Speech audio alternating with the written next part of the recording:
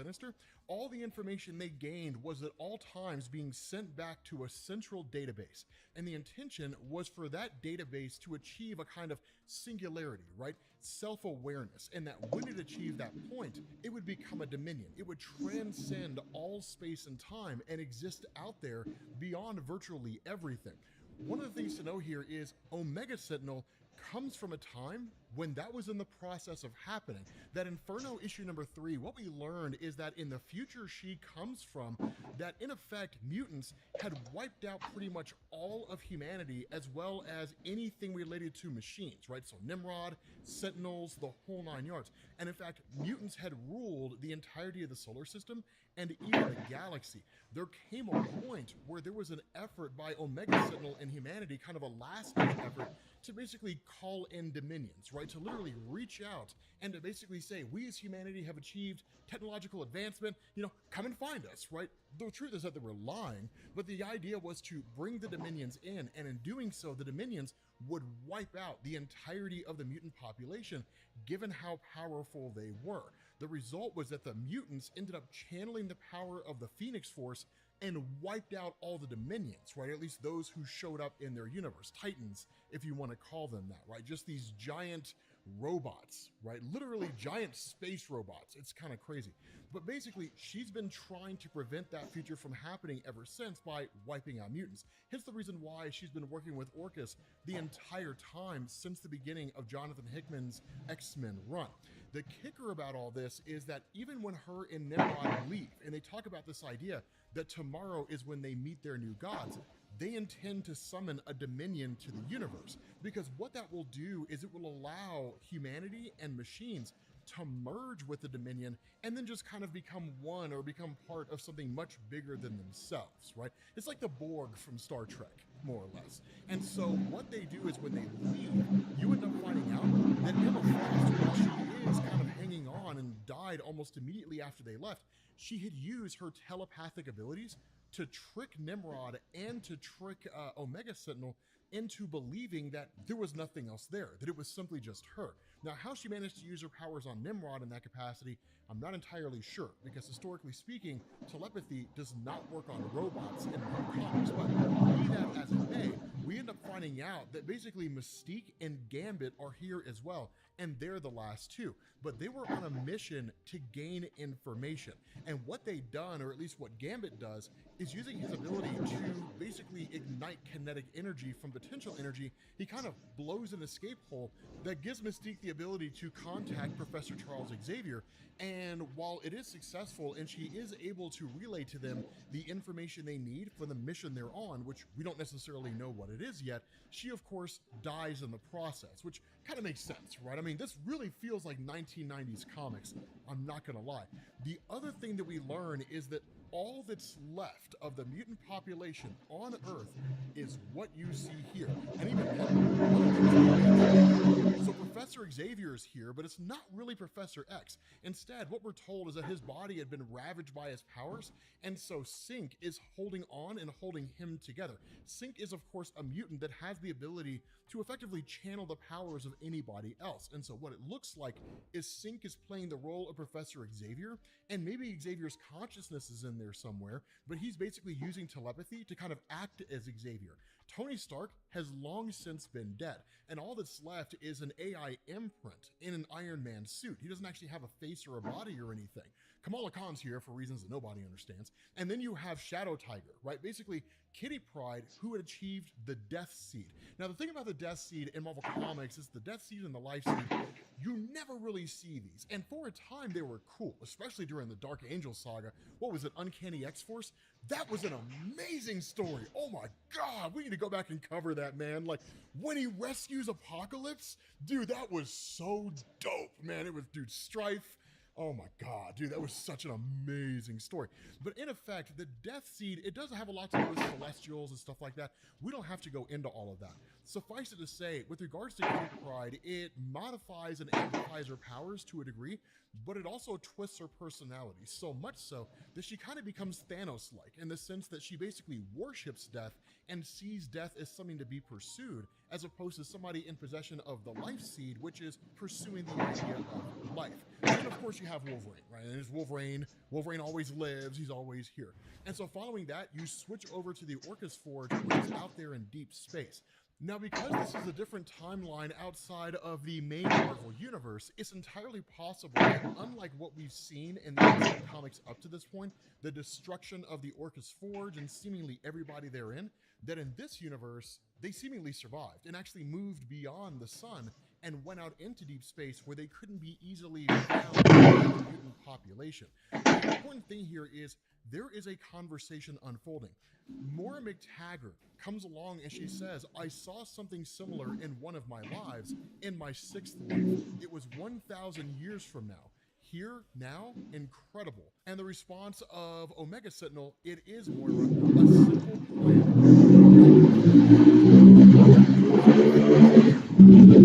Defeated us to the present day, where they're unprepared. It took 5 years to build what we needed, and then we aimed it at Mars. 5 years of it working, and now we have a world mind. It will attract a Dominion who will bring us into the larger whole. All our data, part of a perfect machine outside of time and space. The response of Moira McTaggart, finally safe. Now, here's the thing about Moira McTaggart, right? And it's one of the things that kind of threw people off, and I do think it's worth reminding people here. Welcome to the ClickUp Brain Science. In this video, we'll cover how you can use universal search to not... Moira McTaggart, for the longest time in Marvel Comics, was just a mutant geneticist. That's all she was, right? A mutant would show up on the doorstep of Professor Xavier and say, I need help learning how to use my powers. He wouldn't understand how those powers work, so we'd take them to Moira McTaggart, and Moira McTaggart would run a whole bunch of scans and say, here's how their powers work. Xavier would take that information, and if they joined the X-Men, develop a training regimen, and then go the big change that was made to Moira McTaggart in recent years is that she's a mutant, and when her power activates, every time she dies, the timeline resets. Seemingly, the entire universe reset. It was a little cloak and dagger in the beginning when Hickman was working on it, and we didn't know the full scale and totality of how things were impacted. But going through the events of Inferno, the later stories during Hickman's run, and even during Sins of Sinister, when she dies, all of the timeline resets and goes back. But because the events transpired that led to her dying in the first place, that universe becomes an alternate reality now, right? So every universe where she's reborn, that becomes the main Marvel universe, right? We're currently in her 10th life, right? The 10th life of Moira McTaggart. And so the cool thing about this is while they are trying to draw a Dominion to this reality, to this universe, and in turn, they're trying to join this Dominion, right? One with an AI singularity, basically, that they're met by Dr. Stasis. Now, Dr. Stasis is wildly interesting here. And in fact, what's going to happen at the end of this is going to completely and totally blow your minds. And so what happens when Moira McTaggart asks him, right, why are you here? He says, I know, don't worry, I'm doing my job. If you can't beat them, join them. You don't need to slap me down like Fei Long. However, I come with good news. Another of the X teams are down, wiped out. The bad news is they died having breached certain files, including your personality imprint of Fei Long. Now, didn't Fei Long know where you were keeping, quote unquote, he who must not be named? The response of Omega Sentinel? Immediately beef up security, right? They're going to be coming here. And so at that point, you basically pick up with the X-Men who were on their mission. Iron Man shows up here right to this facility, and while, you know, there's higher levels of alert than there were before, at the end of the day, you would expect Iron Man to be able to hack through this information, even if it's only an AI imprint. It still has all the knowledge of Tony Stark. It can't do it. Not only can it not do it, because of the security systems, the entirety of the Iron Man suit explodes. At that point, in that moment, Orcus becomes aware there's an intrusion on Phobos, right? Basically, the mutants were there trying to gain information. This leads to basically Nimrod and Omega Sentinel traveling through a portal and responding. But what also ends up happening is they activate the world mind on Mars, which begins the countdown of basically drawing one of the Dominions to this universe, right? basically absorbing all sentient life and then moving on to the next one. The cool thing here is we follow Dr. Stasis, and what he does when he transitions to this new location, right, basically to Ecuador, the vault down there, that he actually gives us this kind of realization, or this revelation, he's secretly the creator of the children of the vault. And this is huge. Now here's the thing, it's an alternate reality, right? This is 10 years in the future, and as you guys will see, this timeline will meet its fate.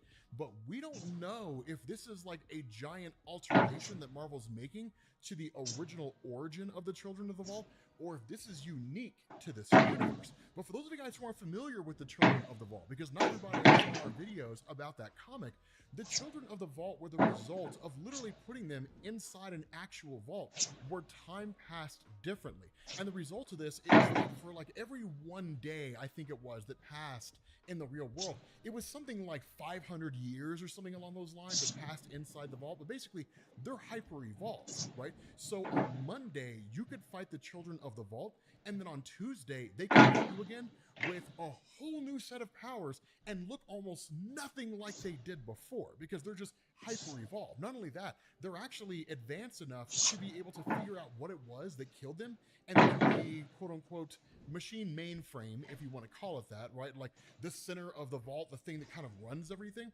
it'll basically bring them back and it'll evolve them in order to make them immune to what it was, or at least give them powers that can help them overcome what it was that killed them before. So the Children of the Vault are ridiculously overpowered. I call them god humans, but that's really what I refer to them as. The reality here is that with the X-Men and their mission on Phobos, because of the fact that it's drawn the attention of Orcus, Orcus sends in seemingly everyone they can, right? Virtually everybody, like Sentinels, the whole 9 yards. So this massive battle breaks out on Phobos. The kicker about all this is that Nimrod and Omega Sentinel are watching this, and the biggest threat that Nimrod sees is Kitty Pryde. Now, this is for a couple different reasons. The first is because in more recent X-Men issues, for those of you guys who have not been reading or watching our videos, right? Maybe you're new here. Kitty Pryde, as most of you guys know, can just phase through situations. She's become this ridiculously capable assassin. And so the idea of her having the Death Seed, which amplifies her abilities, and then already having the ability to phase in and out of stuff, she could basically survive this whole battle, right? She's like a one-woman army. And so immediately Nimrod analyzes the nature of her powers, which Nimrod can do, and then analyzes the most suitable way to defeat her, which is also what Nimrod can do. Boom, knocks out Kitty Pryde in one fell swoop, right? She's not dead, but she is incapacitated. And so following that, what you do is you switch over to Omega Sentinel, and you get this kind of cool explanation, right? World Mind initiation, World Mind attempting contact, World Mind contact achieved. It's reached out and successfully made contact with the Dominion. The Dominion arrives. And so again, this is one of those things where creating a world mind will draw the attention of the Dominion, because it's like waving a giant flag, right? And saying, we have achieved a level of technological advancement that we're worthy of your attention, and we want to be absorbed into your consciousness, right? To become part of this kind of AI type thing. And so again, you switch back to Dr. Stasis, and he says the AI's plan was clever. Technology from 1,000 years in the future and 10 years to build the future in the present. But AI cannot have ideas, not really. All they do is iterate what has been done before, right? Not that dissimilar from human beings. So I took what they brought back from the future and gave it to the supreme intelligence I constructed from humanity's greatest intellects.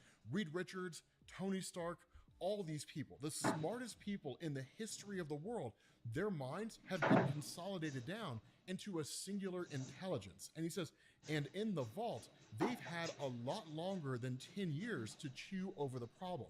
So the AI are bringing their God here to beg to join it. Instead, let's do the human thing and just kill it, right? So it's one of these things where it's like, let's destroy this Dominion, right? It's a really, really cool plan that Stasis has, where he's kind of doing his own thing. Because while Omega Sentinel and Nimrod and artificial intelligence, right, machinery, which for the most part humanity's been wiped out at this point, where machines are looking to draw a Dominion into the universe so they can join it, and in the process wipe out pretty much any and all mutants, if for no other reason than just for good measure, right? Like Omega Sentinel trying to make sure that her future doesn't come to fruition where mutants wipe out pretty much all of the Dominions, that here, Dr. Stasis actually has a plan of his own. So it's cool, because what happens is that as the Dominion emerges, Dr. Stasis initiates his plan, right? Dominion attack vector, penetrating corona, chromosphere, photosphere. Dominion attack vector, supernova initiated. Dominion attack vector, supernova consumed.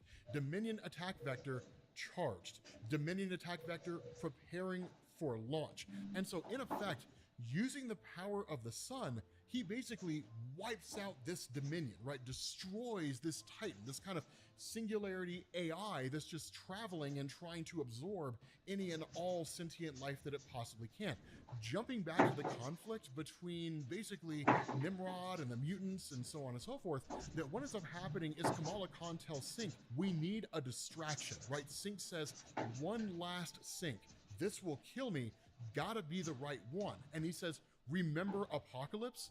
I do, here's a reminder. And in doing so, pummels Nimrod. Now, here's the cool thing, and it's the fight that we never got to see, right? Apocalypse is a demigod, right? This guy got his powers from the Celestials and technology. He can give himself virtually any superhuman power he wants to, with the exception of things like reality warping, right? But he can alter the physical structure of his body, he can give himself flight, energy projections, he can increase his strength to the point that he was able to ensnare the Hulk, right? We saw that in the old Peter David run, and probably even higher than that. So it's cool to see that, like, Sync channels Apocalypse and fights Nimrod, but, like, we wanted to see that original fight. And we never got to see it. The other part of this is the X-Men are still trying to get to their target. They're on a mission, right? It is basically a find and what seems to be a rescue mission. What ends up happening is a kind of portal is created and Kitty Pryde grabs Wolverine and throws him to it. When that happens, he arrives in the exact location, finding this person and realizing this person's alive. Only for us to find out. Se você finalmente vai viajar sem as crianças, por que ficar num hotel com mais crianças?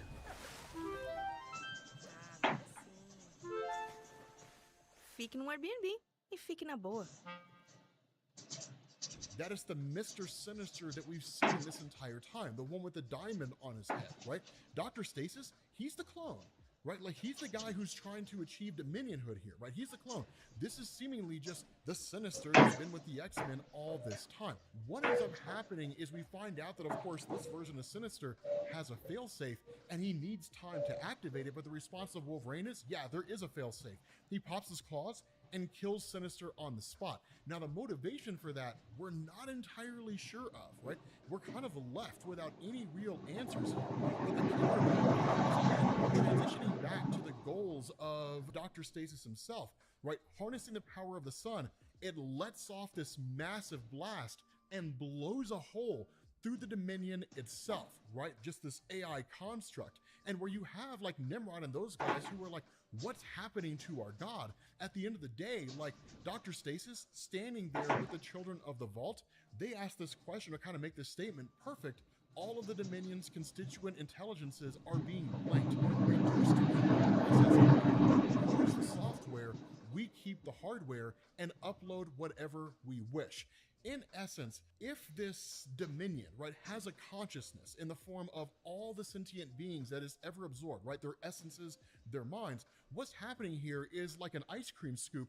It's scooping out, right, like this sun is scooping out all those essences. It just leaves an empty husk in its place. Dr. Stasis hears this and he says, we, that's such an ugly word. I prefer I. And he says, activate. And in doing so, kills the children of the vault on the spot, right? And then in turn, harnesses the power of the Dominion itself, channels it into himself with the intention of replacing it, of achieving godhood. But in a moment, it doesn't work. It doesn't happen, right? Here's the kicker. For those of you guys who have been following the X-Men, This is exactly what the Diamond Sinister tried to do at the ends of Sins of Sinister, right? He tried to achieve dominionhood. He tried to achieve godhood. Mother Righteous just tried to do this in Immortal X-Men. Orbis Stellaris tried to do it in another story. None of them proved to be successful. So the question has to be asked, why? Because what happens is Stasis says, but it worked. The Dominion is an empty husk ready for my mind to take its place. Wait, no, it's being consumed by another Dominion. What's going on? Right at that point, Rasputin basically pops up on the scene and kills Dr. Stasis on the spot, only for us to find out the reason why it didn't work is because Enigma beat Dr. Stasis to it. I told you guys, man, like Enigma's a whole different beast, right? Because it seemed like he was just going to be like the Immortal X-Men story. That's it. No. What this guy has been doing, right? Sins of Sinister, what just happened in Immortal X-Men, every time someone tries to achieve dominionhood, right? Basically godhood, becoming comparable to the power of Enigma, he shows up and stops them because Enigma exists in all of space and time. And so basically he can watch everything happening across the multiverse all at once. And so all he has to do is just look to his left and down a little bit and he sees a timeline where this is happening. And he's like, nope. And he basically shows up and stops Dr. Stasis from achieving dominionhood in this universe, right? So where Nimrod and Omega Sentinel are like, you are not our AI god, the response of Enigma, oh, I am once a mortal man, but now I am AI. I am Enigma. I am your new god. And he just eradicates Nimrod and Omega Sentinel on the spot. And we get this really, really cool instance, right? Because we're told, or kind of explanation, we're told, once I was Nathaniel Essex, right? This is Enigma speaking, right? He says, once I was Nathaniel Essex, I created 4 versions of myself to scour reality for ways to become a Dominion. The mutant, the post-human, the arcane, the alien. All roads would lead to me. The plan was helped by the industrious mutant clone, Sinister. He had made an engine that used Moira's gift to reset the timeline whenever he wished. So each of these attempts could happen. He consumed and then reset. Watching, I ensured he would never remember the timelines when he discovered his peers or their Dominion attempts, i.e. Orbis Stellaris, Mother Righteous, Dr. Stasis. It's the reason why, even after the events of Sins of Sinister and all the instances where we've seen the clones of Sinister trying to achieve Dominionhood, none of them actually reference the fact that they've done it, because none of them know that the others have tried. And so he says, I watched all of this happen as it must. I exist outside of time and space. I am Enigma, and I cannot be prevented. I am as inevitable as the period at the end of this sentence. You are merely watching how I came to be. You are merely watching how I won. And what we find out is, due to Enigma himself, he wipes out this entire timeline, right? Plus 10 Stasis timeline, reality ends. And we end up finding out this whole situation is being watched by Professor Xavier and Rasputin 4 in the present day. They were literally looking at an alternate reality, and they were trying to understand how Enigma came into existence. And while this doesn't necessarily give us any definitive answers, what it does tell you is that Enigma is a force out there in the multiverse that's traveling from one universe to the next and stopping any attempt by anyone to achieve dominionhood, right? To basically rival its level of power. And that once that person is stopped, that reality is wiped away, right? It's literally annihilated. The ability to just destroy an entire universe. And so even in the midst of all of this, Xavier says, we succeeded in stopping Stasis' ascension 9 times. That's better than what we achieved with the other Essex clones. We knew it was likely impossible to prevent the Enigma Dominion from coming into existence, but we had to try. And now we must walk a harder path. The effort was to find a way to stop Enigma's ascension into power, but it seemingly cannot be done. Enigma always comes to power, and it always rises to that ability. And so what we get is Xavier talking about a kind of contingency plan. Now, Rasputin 4, again, she is kind of a hodgepodge of different mutant powers, right? Colossus, Kitty Pryde, X-23, Laura Kinney, so on and so forth. But she is ridiculously powerful, which is why she's here with Xavier, because she's kind of his ace in the hole, so to speak. But she will not continue working with him unless he specifies the contingency plan. And what he says is this. He says, very well, I was hoping to spare you the burden of knowing it is more than a walk into the shadow. It is an extinguishing of the light. Next, we strike here, right? Pointing to a spot on the monitor. And the question she asks is, what happens then? His response, the whole timeline falls apart and the Dominion ceases to be. It's cut off at the root. If we kill Moira McTaggart before her gift activates when she's 13, it all goes away. And Krakoa, everything that's happened will never have been and will never be. In effect, Xavier is trying to reset the timeline to prevent the establishment of Krakoa and everything that we've seen since the launch of Jonathan Hickman's X-Men run. With that being said, guys, I told you it was going to be crazy. If you need to get caught up, make sure you guys click this link to the X-Men playlist, and I will catch you all later. Peace.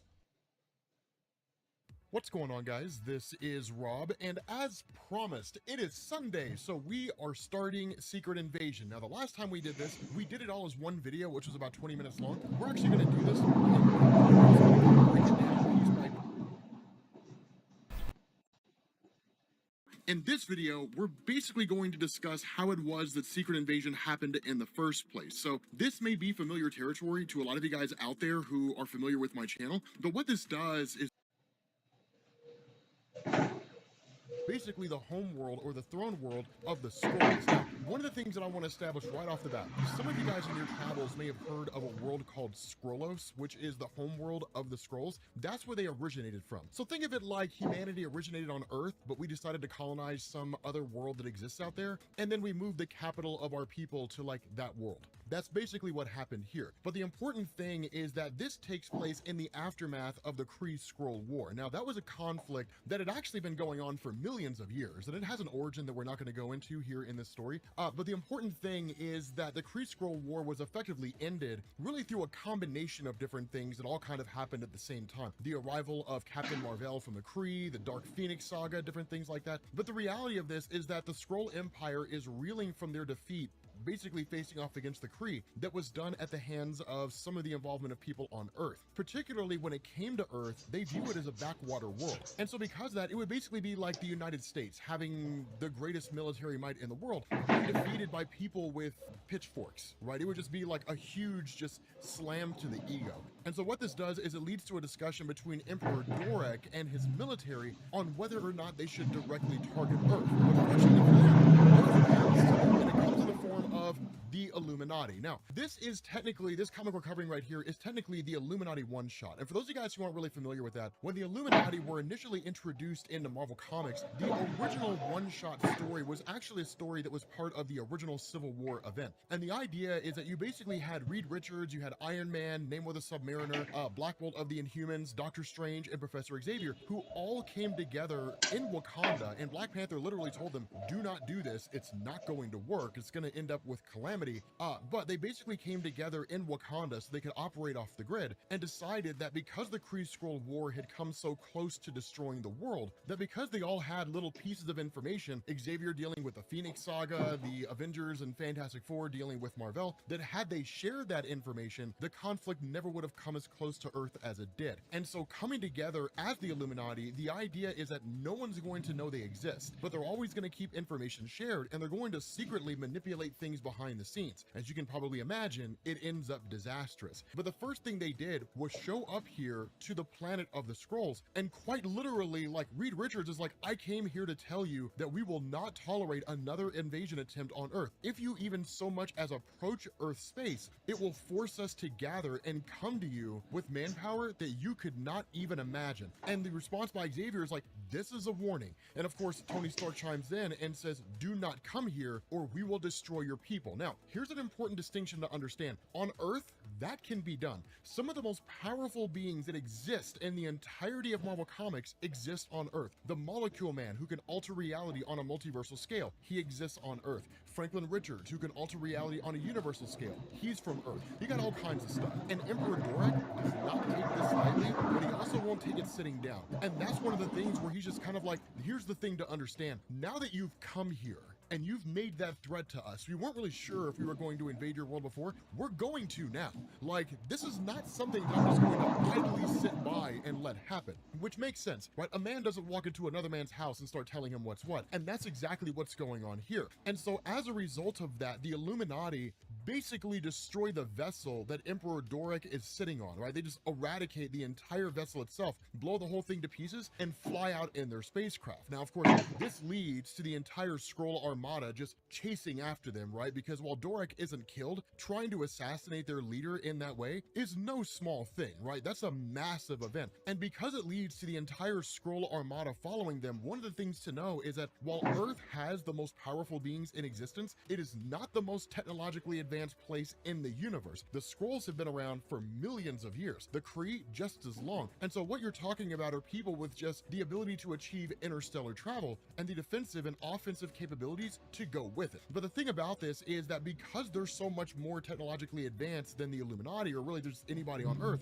they overtake their ship quite readily. And try as he might, Iron Man tries to get them out of there, but it ultimately doesn't work. And what it does is it leads to the Skrulls basically taking the Illuminati and then analyzing their individual bodies. They basically go through to try to understand Reed Richards. Now, when it comes to the Skrulls and Reed, because guys like Clerk, who was the original Super Skrull, basically a Skrull that had all the abilities of the Fantastic Four, which was really done more through science magic than anything else. It basically led to them having involvement with the Fantastic Four, becoming aware of Reed more than anything else. Another particular important thing about Reed is that he's the smartest person in the universe. So literally every race across the universe knows how capable and intelligent Reed Richards is. So his intelligence respected, but at the end of the day, the Skrulls really function in the capacity of just trying to figure out a way to destroy the various powerful beings that exist on Earth more than anything else. And so they're literally going through and analyzing each and every one of these guys. And they talk about the nature of them. For example, they don't understand how Black Bolt's vocal cords work, right? How is it that he's able to emit a quasi-sonic scream? And one of the discussions by the science guys is like, could we just rip his vocal cords out? And the answer to this is no. If we did that, because we don't know how they work, we could eradicate this entire area with a phone. Besides, we would kill everybody here. We don't know if that would be the case or not.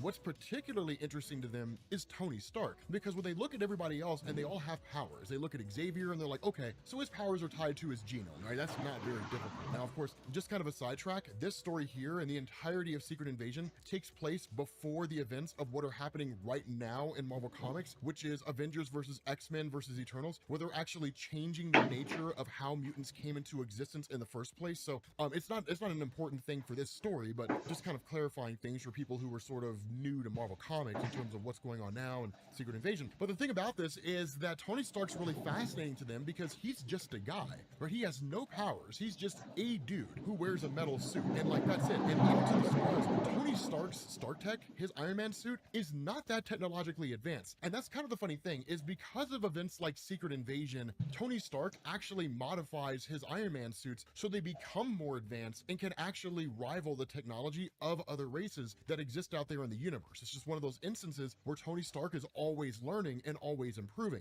But the funny thing about this is that while Tony Stark's being held prisoner, he's suddenly rescued by the Avengers, who seemingly come out of nowhere. Now, the funny thing here is we would look at this and say, okay, cool, the day's saved. But what's really wild about this is he's like, okay, so here's the thing about you guys. He's like, you guys always underestimate your opponents. It's why you lost the Kree Skrull War. So the question that I have to ask you here is, how dumb do you really think I am? And this is when we find out it's not the Avengers. It's Skrulls posing as the Avengers. Now, this is a really, really cool moment because this is kind of the precursor to Secret Invasion, and it's sort of setting the stage for like what the Skrulls will eventually end up doing, which becomes incredibly awesome when it happens. But the reality here is that's when the Skrulls kind of start bickering, like, I told you this was a bad idea. We never should have tried to do this to get information. Now, them trying to get information out of them will be a very key component to what's going on here. But the thing to understand is that because Tony Stark, at least with his combat training, is able to overpower these scrolls, it of course allows him to basically grab some guns, start shooting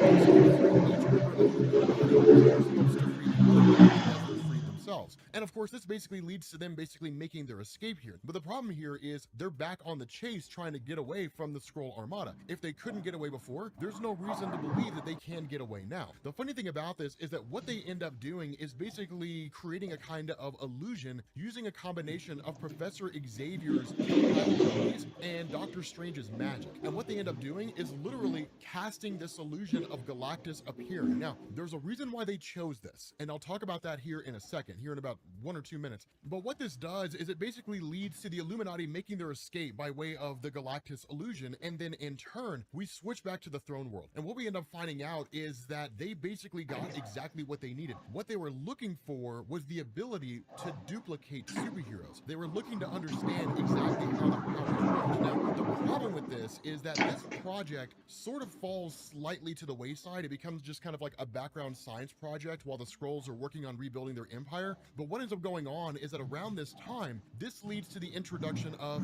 Varanki. Now, in order to understand Varanki, we have to do a little bit of history when it comes to the Skrulls, right? So the way this works out is, if you guys are familiar with probably the Marvel Cinematic Universe or Marvel Comics or anything like that, you guys are aware that on Earth, in the early days of humanity's existence, the Celestials visited Earth and they created the Eternals, the Deviants, and then modified the genes of humanity so that at some future point in time, they would develop powers, i.e. the origin of mutants in Marvel Comics. Earth was not the only place they visited. And in fact, the Skrull homeworld of Skrullos way back when was one of the places they visited. The difference here is that unlike Earth, where the Eternals and the Deviants engaged in some kind of a war with humanity sort of being caught in the middle, and then the Deviants were all but just destroyed when they tried to destroy the Celestials, when the Celestials arrived on Earth for a second time. Unlike that, when it came to the Skrulls, what you had were two people. You had Klibbin and Slugurt, and I know their names are really, really weird. Slugurt led the Deviant Skrulls, and Klibbin led the Eternal Skrulls, and then you just had normal Skrulls. They don't matter, and the reason why is because as soon as the Deviant Skrulls came into existence, they eradicated the normal Skrulls. They were just totally destroyed, and they did it by literally just pretending to be normal Skrulls, and then just assassinating people every chance they got. And Slugurt was the one who led the entirety of the Deviant Skrulls. Now, Klibbin was the one who led the Eternal Skrulls, and once the Deviant Skrulls had basically eradicated all the normal Skrulls, they killed all but one of the Eternals, which was Klibbin. And what ended up happening is that Klibbin actually orchestrated a ceasefire, and he effectively married Slugurt, and then they ascended into godhood according to the stories. But the reason why that matters is because when it came to that essence, that kind of rising to godhood, one of the things that Klibbin and Slugurt had done is they had kind of written out this prophecy that foretold that the entire nature of the Skrull race is that it's to extend into the universe and then eventually take over the entirety of the universe. So for the Skrulls themselves, they see the universe being ruled by them as their divine right, right? Like literally their gods told them it would happen. And so this gave birth to what's called the Dardvan, which is basically the religious sect of the Skrull Empire. It's not purely science. And so because the Dardvan had always existed, as science began to become more prominent, it began to take a back seat. But Varanki is a member of the Dardvan. She's a member of their religious sect. One of the things that had been prophesized, in addition to the idea that the Skrulls would basically go into space and conquer the universe, is that at some future point in time, the Skrull race itself would be eradicated by what was called, quote unquote, a devourer and then a wave. And that's basically what Varanki is talking about here, that she kind of pops back up again and is like, look, like with my religious sect behind me, Emperor Doric, you have to listen. Our people are going to be destroyed. We have to leave this world, right? We have to leave this place, right? If we don't leave, the prophecy will come true and the entirety of our people will be destroyed. The issue with this is that it creates a bit of a civil war.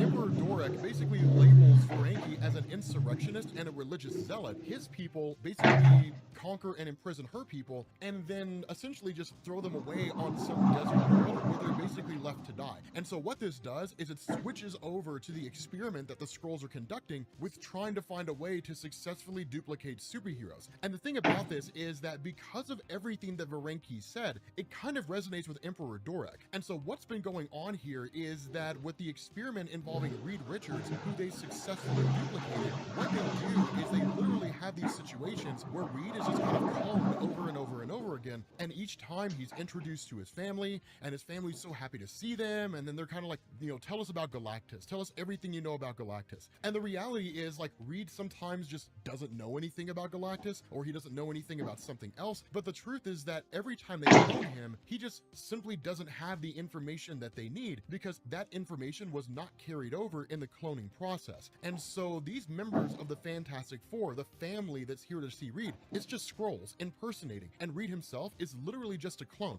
That's the whole idea. Clone superheroes and then see if they could replace superheroes using clones. Now, the kicker to all this and the concern about Galactus comes by way of basically Brian Michael Bendis in this story invoking a previous story that was written in 1983 with Fantastic Four issue 257. And what ended up going on here is that, in effect, Galactus arrived at the throne world of the Skrulls. Now, this is important because one of the pieces of technology that the Skrulls had was the ability to cloak their world, because it's not the first time Galactus came riding by, right? It's not the first time that Galactus appeared near them. And the prophecy being what it is, if nothing else, they were always just taking precautionary measures. The reality here is that in that story, they essentially missed their chance to cloak their world, but even if they had, it wouldn't have made any difference, because Frankie Ray, who is the head of Galactus at the time, knows exactly where the Skrull throne world is, and led Galactus straight to it, so there was no way for them to hide anyway. The end result being that Galactus basically annihilates the entirety of the throne world. Now, what was left of the Skrull race, which was literally just kind of a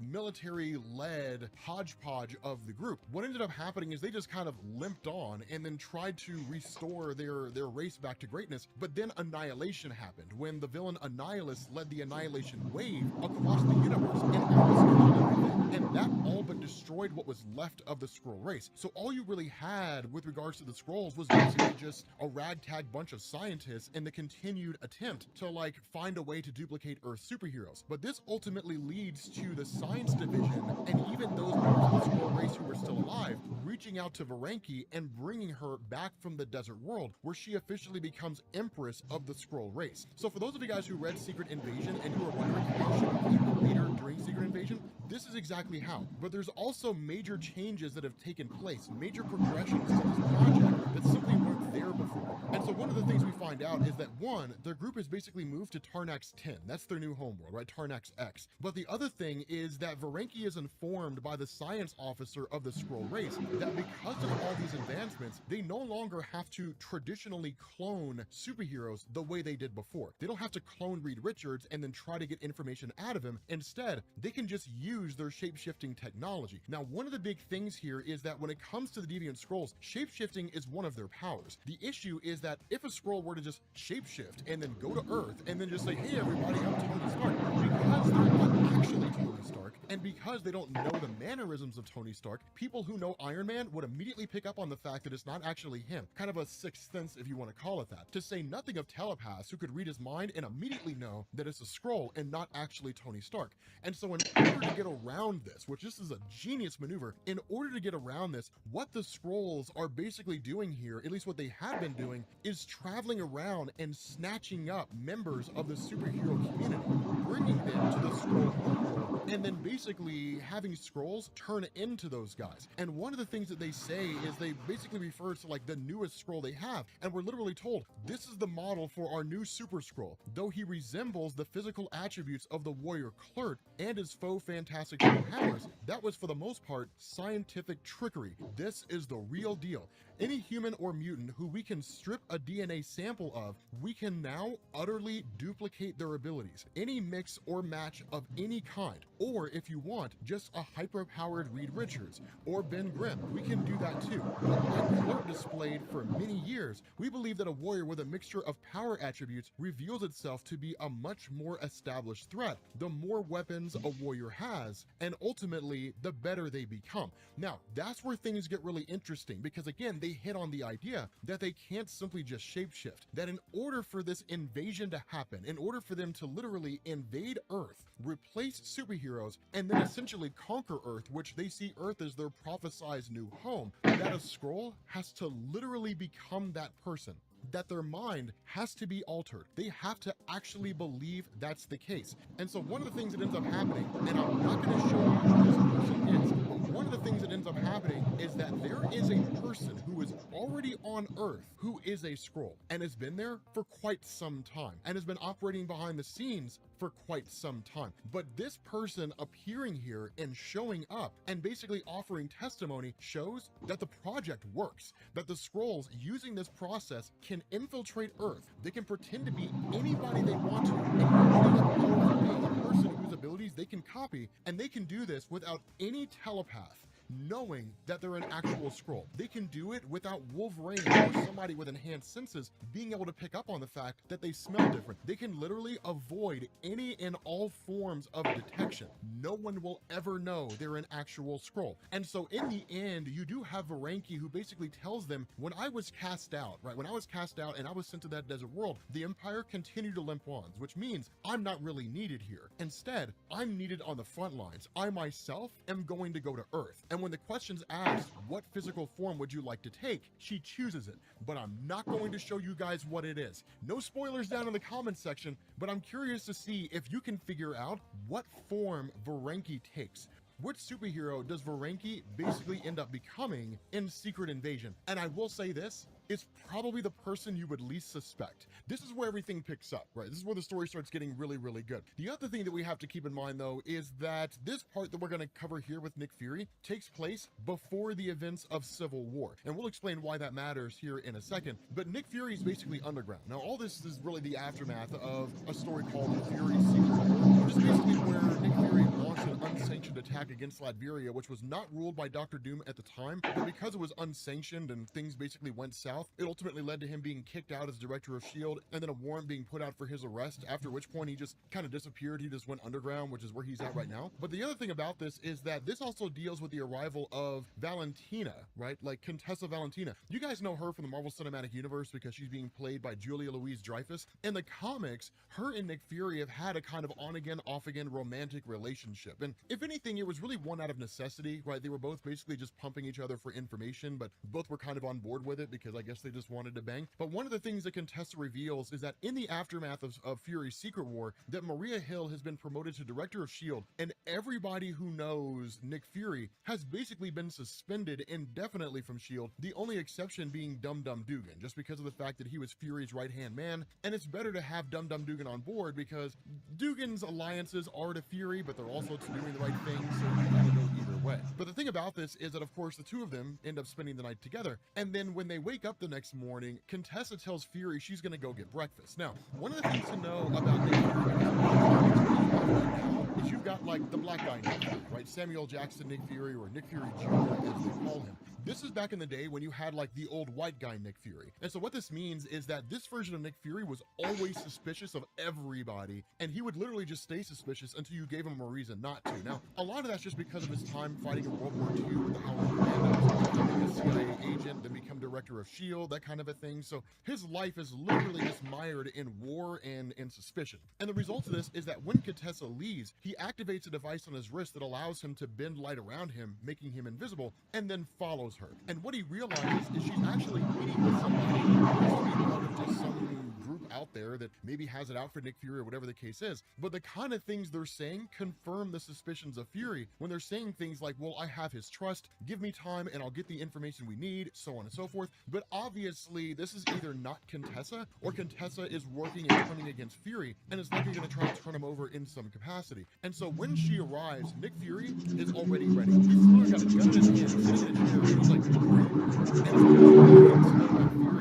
he'll ask that question a couple times. If Nick Fury asks you that question, who are you really? Assume it's rhetorical. Assume he already knows the answer, that you're not who you claim to be. And where she tries to sort of dodge and bob and weave and like, what are you doing? Put the gun down, like that kind of a thing. He literally is just like, one more time, who are you really? And he's showing no signs that like he kind of believes her or she's getting him to let his guard down. You know, it's one of those things where he's like, who are you really? And when she doesn't answer the question, he immediately shoots her and she turns into a Skrull. And that's what, when Marvel basically confirms, Nick Fury is the first one to figure out that Skrulls are invading Earth. He's the first one to find out what happens. Now, in terms of the Marvel Cinematic Universe, that's probably going to end up happening with Samuel Jackson. He's going to be the first one to realize what's going on. So they're basically taking the element of this story and carrying it over to the MCU regarding his character. But following that, he basically goes to a rooftop. He spies on the guys that the Skrull was meeting with, and he realizes they're speaking in a Skrull dialect. So he's like, okay, okay, she's not the only one. It's not a one-off, right? Like, there are multiple Skrulls on Earth. Now the question is, what do they want? And so what he ends up doing is he actually breaks into the SHIELD helicarrier, like its main base of operations, and when he gets in, he starts talking to, like, Maria Hill. Now, that's the other thing about Nick Fury. Nick Fury was ridiculously capable, and it's kind of funny because he basically knows SHIELD inside and out, because a lot of the systems that SHIELD uses, he developed or had them developed for SHIELD. So he literally knows all the back doors, he knows how to sneak in, and even when SHIELD went back and modified the systems, because obviously why would you move into a house and never change the locks when the previous owner leaves, that even all of that, Nick Fury's so capable, he can still get in undetected. That's just how good he is as an agent, right? He's just that capable. And so Maria Hill is initially taken off guard, but Nick Fury does not come here to provoke a fight. He comes here to basically tell her, there's some things you need to do, right? Because remember, this takes place before Civil War. So for those of you guys who are unfamiliar with what that means, during the events of Civil War, because Maria Hill had effectively just bungled the entire superhero conflict, and because she operated with too extreme of a hand, in a lot of ways, it was her feeling underestimated by the people around her, so she was just overcompensating and torpedoed her career in the process, that Tony Stark ends up becoming the new director, which is actually what you'll find when we transition into the next part of the story in this video. But the thing about this is that at this point in time, she's the head of S.H.I.E.L.D., right? She's the one running the show. And so that's why Fury's like, now that you have this gig, now that you have this job, Fury, one, already knows she's not a Skrull, right? He's looked into her, and we'll find out how he does that here in a second. But he basically already looked into her. He knows that it's actually Maria Hill. He literally tells her, you're surrounded on all sides by people who have it out for you, i.e. Nick Fury saying, there are a ton of Skrulls on this ship. He's not telling her there's Skrulls, but he's like, there's a ton of people here who have it out for you, and it's only a matter of time before they make that move against you. Number two, whenever you have that itch on the back of your neck, that feeling of uncertainty, that's your gut talking to you, learn to trust it. Learn to believe that. And what you need to do is start developing life model decoys. Make like a dozen of those things, right? And just start sending them out whenever you're unsure about what's going on. Whenever you get that little feeling on the back of your neck and your gut is telling you something's off, send a life model decoy in your stead. And the last thing he says is like, I'm going to be watching you. I'm going to be keeping an eye on you. And if at any point along the line, I think you're not who you really are, I'll kill you on the spot, right? Like basically, if she's replaced by a Skrull, I will take you out. And so Maria Hill has no idea what Nick Fury's talking about. But one of the things to notice here is that while her loyalties are to S.H.I.E.L.D., and while she does basically activate a code white, which is the highest level code they have available, like basically this is like an immediate coming together of S.H.I.E.L.D. agents, everybody mobilize, take out that target, right? Just like, oh my God, like it's a great big huge thing. That she also understands the importance of Nick Fury. She also understands the significance of Nick Fury, and he would not break into the S.H.I.E.L.D. helicarrier headquarters, risk getting caught, even though it was never going to happen, just to convey those messages to Maria Hill so she can ignore it, right? Like, it's one of those things where she literally takes it to heart. And so what you end up doing is, of course, Nick Fury just kind of disappears, right? He literally just activates a beacon that basically makes him invisible to not only the human eye, but as well as radar, so they just don't know where he went. He just vanishes like a fart in the wind. And so he ends up meeting with Spider-Woman Jessica Drew. And one of the things to know here about Spider-Woman is that she was initially brought in by Nick Fury, and she's effectively a spy. Initially, she was a spy that basically worked on behalf of Nick Fury infiltrating Hydra, and then she was a spy for S.H.I.E.L.D., which is what she is right now, but she ends up becoming kind of a triple agent, basically working for Nick Fury in the sense that she was spying on Hydra. That's no longer a thing anymore. We'll talk about that. She is currently a S.H.I.E.L.D. agent, but of course, they're highly suspicious of her because of her history with Nick Fury. And Nick Fury basically approaches her and is like, I need you to spy on S.H.I.E.L.D., and I need you to spy on the superheroes, right? On like the Avengers and those groups, and report back to me anything you find. Now, one of the things that Nick Fury also reveals, and the way that he kind of monitors Spider-Woman and knows that Spider-Woman is not a Skrull, is that he's basically been keeping an eye on her for 2 weeks. He's literally just been watching her this whole time, watching her movements, watching her comings and goings, everything. And it's kind of a funny thing because Nick Fury is just that suspicious of everybody he meets. But when she starts asking him questions like, why do you want me to spy on superheroes and S.H.I.E.L.D., and you're basically turning me into a triple agent, the response of Fury is, because it's a much bigger thing and that's all that I can tell you. But again, it's one of those situations where when Nick Fury shows up on your doorstep and says, I need you to do something for me, you usually assume it's for the greater good, because Nick Fury never really does anything for extremely selfish motivations. He never really does anything to just cover himself up, right? And so ultimately, because of the respect she has for Nick Fury, that Spider-Woman gets on board. And so what this does is it transitions over to a regathering of the Illuminati. Now, this is when we talk about kind of the bigger picture. Anybody who's read anything online about Secret Invasion, most all of you have heard somewhere along the line the idea that the superheroes learned about Secret Invasion because it turned out Elektra was a Skrull. So that happened in a New Avengers story. It was a 5-part story, and we can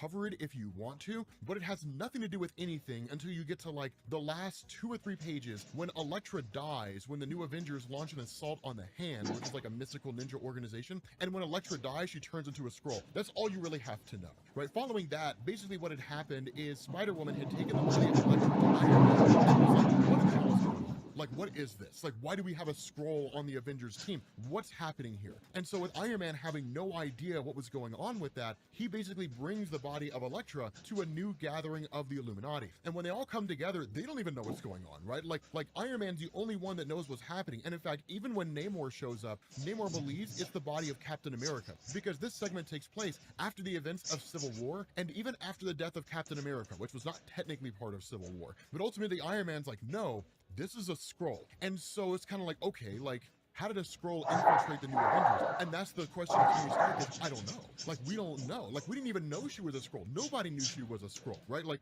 what's going on here when it comes to the New Avengers? There's 2 people on that team who would have immediately picked up on the fact that she was a Skrull. The first was Peter Parker's spider sense. And even if Peter didn't know exactly what was going on, because every time Spider-Man looked at Elektra, his spider sense would have gone off, even though it just would have seemed weird. Maybe Elektra had it out for him. He would just kind of be suspicious. With Wolverine and all of his enhanced senses, he would have immediately been able to pick up on the fact that's not Elektra. But for whatever reason and by whatever means, the Skrulls can evade that. The Skrulls can literally dodge Spider-Man's spider sense so it never goes off, and Wolverine's senses never detect that they're not who they claim to be. And so it's one of those things where it's like, okay, how did this start? And that's when Iron Man's like, we're the ones who did it. Like, how do you think it started? We caused this. And so of course this references the last video we did, which of course, again, you're welcome to check out the playlist in the description so you can keep track of it all, so you won't get lost with all the videos that we make here on the channel. But in that video, we talked about how when the Illuminati first formed, the first thing they did was show up to the Skrull homeworld and basically tell them, if you bring your war with the Kree close to Earth like that again, we will annihilate all of you. And the response of the Skrulls basically took them captive and then started basically working on their genes. They're trying to find a way to understand their genes, and then at a future point in time when the Skrull world was destroyed by Galactus, that the Skrulls began the process of replacing superheroes on Earth. And so where the members of the Illuminati are kind of full of humans and are just sort of like, no man, like all we did was go there and warn them and that kind of a thing. Iron Man's like, no, we caused this. Like, we're the reason why this happens. We can't tell anybody that, right? We can't tell anybody that we're the reason this whole thing happened. But at the end of the day, we're the reason behind it. Now, the other thing that's kind of interesting here is a lot of members of the Illuminati are kind of like, okay, well, what if it's just one? Like, what if it's just a Skrull, like a rogue Skrull that defected from the Empire for whatever reason and basically just took over, you know, just replaced Elektra, right? Like, which, by the way, where is the real Elektra? And it's kind of like, I don't know, she's missing or she's dead. Like, I have no clue where she is. All I know is like, she's just the Elektra here, right? That's Iron Man's response. Like, it's just the Skrull that we see in front of us. But the other thing that Iron Man says is like, this is the one we found, but we have to assume there's more. We can't just look at this Elektra Skrull and see it here and say, well, we'll worry about it if it happens some more. We have to assume that there are more Skrulls that have infested Earth in some capacity. And so as a result of that, basically the entire reality of the situation hits home when you have this discussion, or really this moment where Black Bolt, which is probably one of the only 3 moments in Marvel Comics when he's ever been cool, when he basically like speaks, right? And literally says, actually, I have a better idea. I take the body and your people die so that my people can live. Now, here's the reason why that matters, and it catches the entirety of the Illuminati off guard, because Black Bolt has a quasi-sonic scream. That's the reason he doesn't talk, because if he were to talk, he'd probably kill everybody in the room. But the fact that Black Bolt can speak without basically putting off or really just releasing his voice tells them right off the bat, that's not Black Bolt. But even that realization is irrelevant, because as soon as it happens, he basically lets off an enormous amount of energy that doesn't really kill everybody here, but certainly incapacitates them for a moment and takes them off guard. Now, of course, they're basically shielded just because of their insanely fast reactions, but this Skrull, and it's one of the cool things about it, because this Skrull had replaced Black Bolt, remember, when the Secret Invasion project was undertaken by the Skrull Empire, they have the ability to mix and match powers however they see fit. So they could literally originally create a scroll or give the abilities to a scroll that has the powers of Spider-Man and Wolverine all rolled into one if they chose to. In this instance, because this scroll is infiltrating the Illuminati, it has all the powers of the Illuminati. It's got the telepathy of Charles Xavier, the strength of Namor the Submariner, the elasticity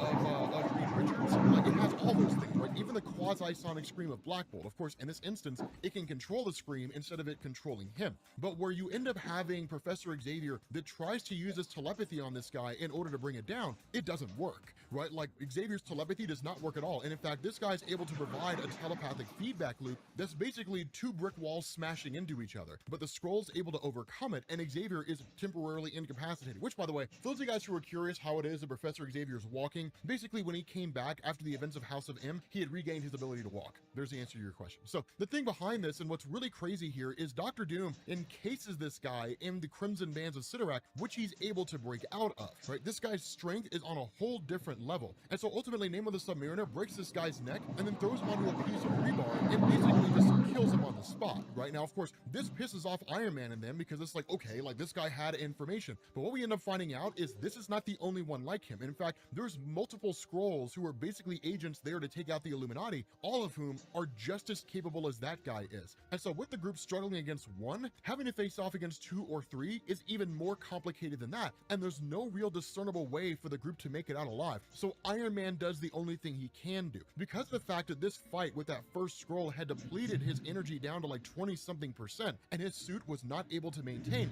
he tells the Illuminati to get out of there as fast as they possibly can. He taps into a nearby nuclear reactor, like he literally supercharges his armor and then just lets off all this atomic energy in a massive blast. Now, the funny thing about this is no one knew that Iron Man can do that. This is one of those instances when Iron Man is basically given a new power that we never saw before. So it is cool to be able to see him tap into a nuclear reactor, absorb all that nuclear energy, and then let it off into what's effectively a small scale, like a small yield nuclear warhead. It's pretty awesome to see because he's basically now a walking, talking nuclear bomb. So that's kind of nuts. But Iron Man also says, like, the Skrulls didn't know that I could do that either, but now they do. And now that they do know, it won't work twice. It's not going to work again. So this is kind of Marvel's way of saying, like, you're never going to see this power again. But the important thing here, and what's really crazy, is Xavier picked up on that. That when Xavier tried to read the mind of that Skrull, he came to this realization that yes, the Skrull replacements or duplicates, if you want to call them that, were able to dodge the abilities of like Spider-Man and Wolverine and being able to detect that they were actual Skrulls, but they can also dodge the telepathic abilities of telepaths indirectly. And the reason why is because telepaths basically rely on, of course, the mental patterns, the thoughts you have going on in your head to understand what's happening here. But what Xavier says is that Skrull believed he was Black Bolt. Like, that Skrull legitimately thought he was Black Bolt, and in turn turned against all of us. Now, of course, in that moment when that Skrull turned against them, its true thoughts became manifested, its true thoughts were real. But what Xavier's saying here is that when they all came together in the first place, and Xavier was reading the thoughts of Black Bolt before he revealed himself as a Skrull in order to know what Black Bolt was thinking in their meeting, as far as Xavier was aware, that was Black Bolt. So until such a time as a Skrull reveals their true motivations and actually activate themselves and reveal themselves as a Skrull and stop being the person they're pretending to be, there's no conceivable way for a telepath to know that it's actually a Skrull. That's why this is a secret invasion. That's why the secret invasion event even happened in the first place, because there's no way for the superheroes on Earth to basically detect that a person is an actual Skrull. What this does is it basically starts to destroy the trust between the members of the Illuminati, which had already walked a knife edge, right? They already came together, but they did it because they felt like they had to, not because they truly wanted to. And because that trust was already so flimsy in the first place, now that they're all facing this situation where the reality is any of them could be a Skrull, there's no way to know for sure. Namor the Submariner is the first one to be like, I don't trust any of them. And he does. And that sows the seeds of doubt among the rest of the team, because while they don't openly come out and say it, it's literally the standoff at the end of the good, the bad, and the ugly. They're all just kind of looking at each other. It's like, are you a Skrull? It's a more serious version of like the Spider-Man move. That's basically what this is. And so ultimately, even if only for a temporary moment, the entirety of the Illuminati seemingly disband. So what we do here is we initially pick up with Tony Stark meeting with Reed Richards and Hank Pym. Now, here's the thing. The way that Tony Stark talks to Reed Richards and simply saying that, like, you and Hank Pym are the smartest, like, two of the smartest men in the world, and that's why I'm bringing this to you. Reed Richards is surprised by the fact that, like, Elektra is a Skrull. Now, those of you guys who have followed our coverage so far, Reed Richards already knows this because he's a member of the Fantastic Four and he's a member of the Illuminati. So pray tell why Reed Richards is surprised in this story to learn that Elektra is a Skrull. Because Brian Michael Bendis is writing it. And if you don't know anything about Marvel Comics, this is something that you need to be aware of. Brian Michael Bendis is notorious for two things: putting way more text in a comic than he needs to, and ignoring stuff. Sometimes Brian Michael Bendis will ignore the things he wrote, which this is a perfect example of it. The alternative is the excuse that we as fans made up, which is that Reed Richards is pretending because nobody's supposed to know he's a member of the Illuminati. So in front of Hank Pym, he's acting like, oh man, this is crazy. I can't believe something like this happened. Good thing I didn't know about it beforehand, because now I can do whatever it is that I need to do in order to find some way to stop this. It's the only way that we know how to rationalize it as fans. That's why a lot of us were just really excited when Bendis left and went to DC, and then he screwed up Superman. But the thing about this is that once that revelation is brought forward, this switches over to the peak, because Stark bringing this to the attention of Reed and Hank Pym is that they can put their minds to task and they can figure out how it is that Elektra was able to be replaced by a Skrull, and that Skrull was able to avoid the detection of virtually everybody. But for those of you guys who are unfamiliar with the Peak, this is the main base of operations for the Sentient World Observation and Response Department. Now, this group is similar to S.H.I.E.L.D., but not directly. So S.W.O.R.D. was created out of S.H.I.E.L.D. That if S.H.I.E.L.D. monitors the various threats that exist on Earth, then S.H.I.E.L.D. came to the realization, and really even Nick Fury himself came to the realization, there needs to be an organization that monitors threats in space. Hence the reason why S.W.O.R.D. was born. And that's literally what they do. They just monitor as much of space as they possibly can because they can't see it all. And they basically keep an eye on whatever threats may be approaching Earth, right? So like if Galactus is coming to Earth, S.W.O.R.D. will know about it. And then they'll just have to evacuate because there's basically nothing they can do. But that's the thing to kind of keep in mind here. But S.W.O.R.D. is a very strategic operation in being able to understand what threats exist out there that could potentially be targeting Earth. The kicker about all this is they pick up on basically an object or a ship making its way towards Earth. And what's really crazy about this is Iron Man immediately takes off and then contacts the Mighty Avengers to have them respond, as well as Luke Cage. Now, there's a couple things to understand here when it comes to this segment. First and foremost, the reason why Luke Cage is against this and the reason why his team is referred to as the Secret Avengers is because in the aftermath of Civil War, when basically Iron Man won and he became the new director of S.H.I.E.L.D. and the 50-state initiative was invoked and superhuman registration became the law of the land, you had two things that happened. The first is that most all of the Avengers basically went underground. They abandoned the entire role because they didn't want to have anything to do with registration, and they steadily stood fast against it. But the other part of this is that with most of the Avengers basically leaving Tony Stark took those Avengers that were on his side and, seeing it as kind of a fresh start, so to speak, basically created the Mighty Avengers. And so the Mighty Avengers, that's the heavy hitting team, right? That's like Carol Danvers, that's the God of War Ares, it's the Century Robert Reynolds, more than enough to hit virtually any threat that could show up on Earth outside of just some crazy level cosmic entity like Galactus, but they're pretty heavy hitters. The kicker about all this is that in order for the Secret Avengers to basically get to where it is that this ship is crash landing at, they basically travel to Avengers Tower, they steal the helicarrier, steal the vessel of Tony Stark, and then race off. Now, of course, Tony Stark could basically shut it down remotely, so of course, they basically deactivate it, right? They deactivate the motherboard, so they can basically just travel to wherever it is they need to travel to, and that's it, without having to worry about Tony Stark shutting it down. But the reality here is that they end up arriving in the Savage Land, and they get there, or at least shortly after they arrive there, Iron Man arrives as well. Now, the fact that these guys are all Secret Avengers, they defy the whole role of like superhero registration, all that kind of stuff, that's the reason why Tony Stark wants to arrest them, right? Because of the fact that they're literally vigilantes in the eyes of the law. And so you do have a bit of a skirmish that kind of breaks out between them, where literally it's superhero facing off against superhero to a degree. It's more of a standoff than anything else. But while that's going on, it's all being monitored by Abigail Brand and S.W.O.R.D. And that's when Dum Dum Dugan, who has historically been one of S.H.I.E.L.D.'s top agents and is really kind of a field advisor here on S.W.O.R.D., when it's revealed that he's a Skrull. And when Luke Cage pries open this ship, basically rips open the door, it sets off an alarm, and that basically tells Dum Dum Dugan to make his move, at which point he blows up the Peak. He literally destroys the S.W.O.R.D. base. Now, This is huge because what this does is it basically removes Earth's ability to recognize any potential threats coming from space. They won't know anything, right? I mean, there's satellite systems and things like that, but the other part of this, and it's really like a multifaceted strike, and it's a genius maneuver by the Skrulls. What they also do is has always been like the butler of the Avengers. In the MCU, he's an AI created by Tony Stark. In Marvel Comics, he's a literal guy. Like, he's a physical guy, an actual butler that basically exists out there. But what happens is he literally uploads a virus to basically the Avengers database, which allows it to not just affect like Tony Stark, but the rest of the world as well. But what it does is it shuts down the armor of Tony Stark, right? So now Tony Stark's entire armor system is nullified. And it's not just that armor, it's every suit of armor he has. There's no redundancies anymore. There's no backups, no nothing, right? Like, it's just Tony Stark without any technology at his disposal. It's basically the Skrulls launching a multi-pronged strike against the Earth, shutting down virtually every technological system they have. And in fact, this whole attack is so intense that Maria Hill, who basically is the kind of interim director of S.H.I.E.L.D. at the moment, with Tony Stark basically off out in the field, that she's literally like, this is a mayday. This is an SOS. We have just complete and total communication failure. And she literally tells everybody on the helicarrier, abandon ship. And the reason why is because the helicarrier has been shut down and it's just crashing into the city of New York, right? Literally getting ready to crash land.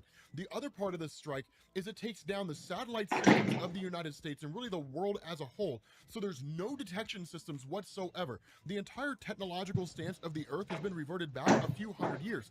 But to make everything, just to really put the cherry on top, the next part of this strike targets the raft. For those guys who aren't familiar with the raft, this was actually the first story that was done by Brian Michael Bendis when he wrote New Avengers.